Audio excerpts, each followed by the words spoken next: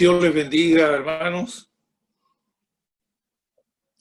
Sea nuevamente un tiempo bien especial para compartir, para vernos también, para poder adorar al Señor como lo estábamos haciendo con nuestro hermano Itiel. Vamos al capítulo 19 del libro de los Hechos.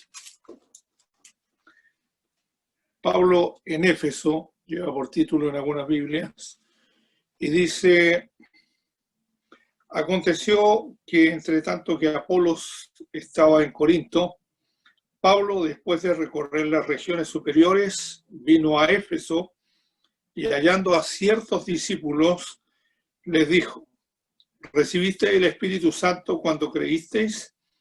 Y ellos le dijeron: ni siquiera hemos oído si hay Espíritu Santo. Entonces dijo: ¿en qué pues fuisteis bautizados? Ellos dijeron: en el bautismo de Juan. Dijo Pablo: Juan bautizó con bautismo de arrepentimiento, diciendo al pueblo que creyesen en aquel que vendría después de él, esto es, en Jesús el Cristo. Cuando oyeron esto, fueron bautizados en el nombre del Señor Jesús.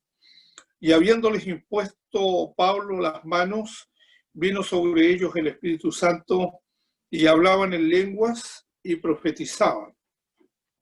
Eran por todos unos 12 hombres. Y entrando Pablo en la sinagoga, habló con denuedo por espacio de 3 meses, discutiendo y persuadiendo acerca del reino de Dios. Vamos a dejar hasta el 8. Interesante el pasaje. El escritor Lucas lo pone este pasaje inmediatamente después de la situación con Apolos. Entonces eso hace que es muy posible que estos 12 hombres hayan tenido alguna relación con Apolos, porque Lucas pone las dos historias juntas, ¿ya? Al igual que Apolos solamente conocían el bautismo de Juan. Entonces probablemente haya sido Apolos quien les haya enseñado, ¿ya? En el momento de encontrarse con Priscila y Aquila, quienes le tomaron aparte y le enseñaron el camino, más exactamente el camino del Señor, a Apolos, estas personas también, ¿no es cierto?, hayan sido tan igual o tan parecidas a aquel que les enseñó, en el caso de que lo más probable es que haya sido de esa manera. Se piensa que estos 12 hombres son discípulos, ¿ya? Seguidores de Jesús, por lo tanto, hombres creyentes, y Pablo no hace una alusión a ello, sino más bien se refiere al momento en que ellos creyeron y en qué creyeron, ¿ya? Lo dice allí el verso 2, les dijo: ¿recibiste el Espíritu Santo cuando creísteis? Y ellos le dijeron: ni siquiera hemos oído si hay Espíritu Santo. Entonces, lo que vemos es lo que Pablo está indagando de ellos, no está haciéndole alusión si eran creyentes o no lo eran. Pero él ve que algo está faltando en la vida de ellos, ¿ya? Lo mismo que en el caso de Apolo. En la semana pasada hablamos un poco y aún continuamos antes de terminar el culto. Estuvimos hablando si Apolo realmente había sido bautizado en Espíritu Santo, ¿ya? Puesto que él conocía solamente el bautismo de Juan. Y aquí hay una serie de cosas que se dan como para entender de que Apolos también haya recibido el Espíritu del Señor, puesto que conocía solamente el tema del arrepentimiento que predicaba Juan. Así que la pregunta de Pablo es bastante directa con estos 12 hombres, ¿ya? Y la respuesta de ellos en alguna manera los sorprende porque dijeron que no habían oído acerca del Espíritu Santo. ¿Por qué razón habían ocurrido algunas cosas? ¿Ya? Porque los discípulos llegaban a ser bautizados en el nombre del Padre, del Hijo y del Espíritu Santo. Entonces, era bastante curiosa la respuesta de ellos, que ni siquiera habían oído acerca del Espíritu Santo. Entonces, ¿y en qué fuiste bautizado? ¿Cuál es la situación de ellos? ¿Qué es lo que habían recibido? Conocían entonces el bautismo de Juan. ¿Ya?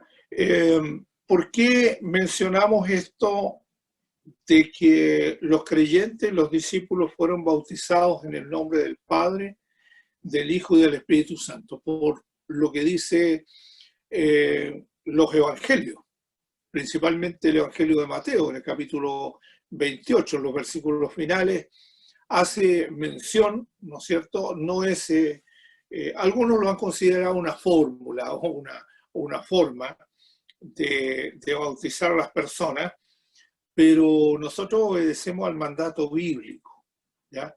Y en el mandato bíblico está especificado de esta forma: Padre, Hijo y Espíritu Santo. Así que le llamó la atención a Pablo en qué habían sido bautizados ellos si no habían oído nunca acerca del Espíritu Santo, ¿ya?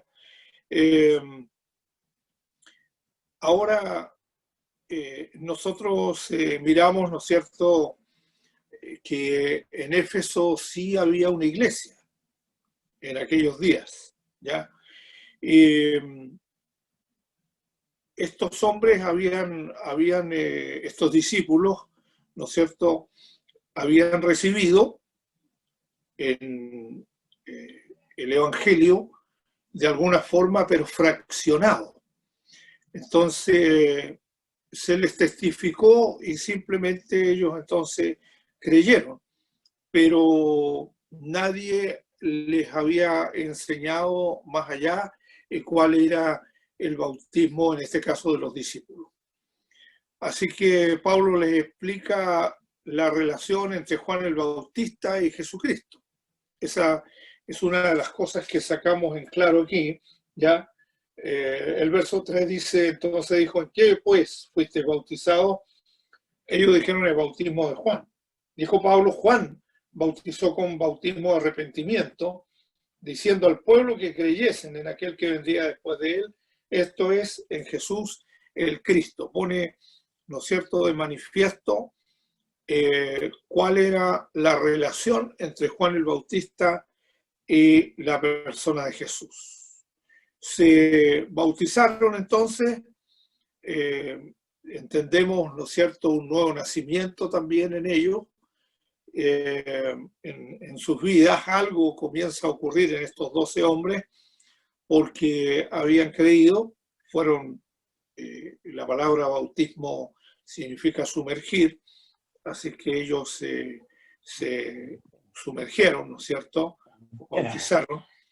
Y nosotros vemos que ya en los versículos siguientes, cuando oyeron, estos fueron bautizados en el nombre del Señor Jesús. Y habiéndoles impuesto Pablo las manos, vino sobre ellos el Espíritu Santo y hablaban en lengua y profetizaban, ¿ya? Y eran por todos unos 12 hombres.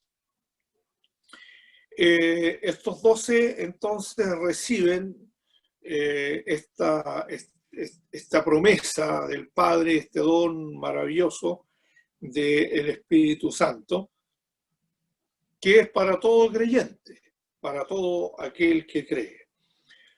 Juan bautizaba en agua para arrepentimiento, Jesús bautiza en el Espíritu Santo.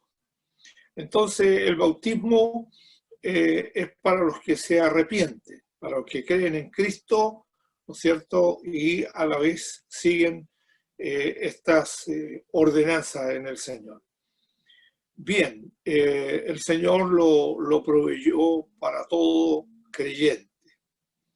Lo ideal es que cada creyente pueda buscar al Señor, pueda tener una experiencia real con Él, pueda considerar, ¿no es cierto?, que el Señor no hace acepción de personas. Entonces, así lo hemos creído todos nosotros y hemos recibido esta evidencia también de parte del Espíritu Santo de hablar en otras lenguas, ¿ya? Aquí en el capítulo 19 se ve por quinta vez, ¿ya? En el libro de los Hechos a creyentes bautizados en el Espíritu Santo. La primera vez sucede en Jerusalén, Hechos 2, verso 4, y todos hablaron en lengua. La segunda vez fue en Samaria, eso está en Hechos capítulo 8, verso 14 al 19, y los samaritanos creyeron en Cristo, los bautizaron en agua, y cuando oraron por ellos para que recibieran el bautismo del Espíritu Santo, sorprendió en una forma sobresaliente, ya que ellos también hablaron en otras lenguas. La tercera vez, Pablo se considera que fue lleno del Espíritu Santo en Hechos capítulo 9, verso 17, ¿ya? Y de que él haya hablado en otras lenguas, como lo dice también en 1 Corintios 12, que él hablaba en lenguas más que todos los demás creyentes. Perdón, en 1 Corintios 14, en el verso 18, ¿ya? Y en alguna manera tampoco hubiese orado por los creyentes de Éfeso, ¿no es cierto?, para que ellos hubieran recibido el bautismo. Entonces, la cuarta vez lo vemos en el capítulo 10, versos 45 y 46 de los Hechos, en la casa de Cornelio. Él y su familia reciben, ¿no es cierto?, el bautismo del Espíritu Santo. ¿Cómo lo supo Pedro? Porque lo oyó entonces hablar en otras lenguas. Y aquí nos encontramos en el capítulo 19, verso 6, la quinta vez fue en Éfeso, y Pablo bautizó a 12 creyentes que creyeron en Jesucristo. Luego oró por ellos para que fueran bautizados en el Espíritu, y todos hablaron en lenguas, ya en esta manifestación de parte del Señor. ¿Qué pudiéramos nosotros mencionar? Se ha cuestionado mucho el hecho de si todos los creyentes deben o no deben hablar en otras lenguas. Esa es una de las cosas que también algunas personas promueven. Y también está el énfasis que a lo mejor hacemos también nosotros, en que las personas puedan buscar del Señor. Ahora es una experiencia personal, no es un tema que deba ser colectivo también, ¿ya? Ahora bien, hemos tenido la experiencia de ver algunas personas bautizadas en el Espíritu Santo sin que ellos atiendan a lo mejor algunas cosas de congregación o de iglesia. Hemos visto aquello y hay algunos testimonios de personas que han sido bautizados en el Espíritu Santo aún durmiendo, ¿ya? Entonces, no es como mencionan a lo mejor algunos, un énfasis que se puede dar solamente en una determinada iglesia, ¿ya? No ocurre eso en una determinada denominación. De hecho, cuando nosotros hablamos de este tema en forma denominacional, no es precisamente el énfasis que hizo esta denominación con respecto al bautismo del Espíritu Santo y el hablar en otras lenguas. El énfasis que se hizo primariamente fue el hablar acerca de la Trinidad, Padre, Hijo y Espíritu Santo, porque ya habían entrado encubiertamente algunas enseñanzas erróneas y ese fue entonces el énfasis. A posterior, el Señor ha usado a muchas personas, muchos hombres y mujeres, para manifestar entonces este don precioso que el Señor nos ha entregado. ¿Para qué sirven entonces estas cosas? ¿Cuál es el propósito en sí? Como dice la Escritura, ¿no es cierto? El propósito es que nosotros podamos ser testigos del Señor, que podamos recibir poder de lo alto, ¿ya? Para manifestar entonces a la persona de Cristo. Porque quiero indicar una cosa que no es pequeña en sí, quizás es pequeña en las palabras, pero en el contenido no lo es. Hoy en día son muchas las personas que buscan un avivamiento, denominaciones, organizaciones religiosas, en fin, buscan un avivamiento en el mundo entero, pero normalmente se hace un énfasis desmedido sobre algunas cosas y se deja fuera la persona de Cristo. Se hace más énfasis en la obra del Espíritu, más que en el sacrificio salvífico a través de la sangre de Jesucristo en la cruz del Calvario. Y eso es un tema relevante. No podemos nosotros tener un Pentecostés sin Cristo. No podemos tener un avivamiento sin Cristo, porque nuestra salvación no depende de otras cosas. Nuestra salvación está enraizada, pudiéramos decir, en la persona de nuestro Señor Jesucristo, que vino a este mundo a buscar y a salvar lo que se había perdido, y Él, entonces, en la cruz del Calvario, derrama su sangre en favor y en propiciación de todos nosotros. Entonces no puede existir un Pentecostés o un énfasis desmedido sobre alguna área sin que esté la persona de Cristo en ello. Debe estar, porque esa es nuestra salvación. Nuestra salvación se encuentra en Él. No hay otro nombre, dice el libro de los Hechos, en el capítulo 4, verso 12, no hay otro nombre bajo el cielo dado a los hombres en el cual podamos ser salvos. Así es que debemos entender, ¿no es cierto?, que creemos en la persona de Cristo y luego se van dando las otras cosas. Si alguna persona no ha recibido el bautismo del Espíritu Santo y permanece en la fe y en el conocimiento de nuestro Señor, no dude que Dios va a hacer una obra en algún momento importante de su vida. Y en ello tengamos alguna evidencia o no la tengamos, debemos considerar, ¿no es cierto?, que el Espíritu del Señor va a estar allí. No confundamos algunas cosas que el Espíritu del Señor hace. Por ejemplo, nosotros hemos sido sellados por el Espíritu Santo cuando nosotros creímos, ¿ya? Cuando creímos, el Espíritu del Señor vino sobre nuestras vidas y eso la Escritura lo menciona como eso, como que fuimos sellados.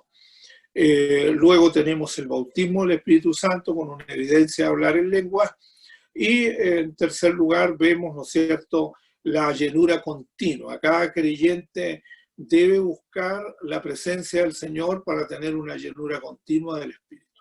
Y eso es lo que sí, en alguna manera, podemos enfatizar, ¿ya? no es un tema de quedarnos simplemente en lo que hemos recibido, en lo que cada uno de nosotros hemos experimentado. Dios tiene mucho más de lo que nosotros hemos experimentado en estos tiempos.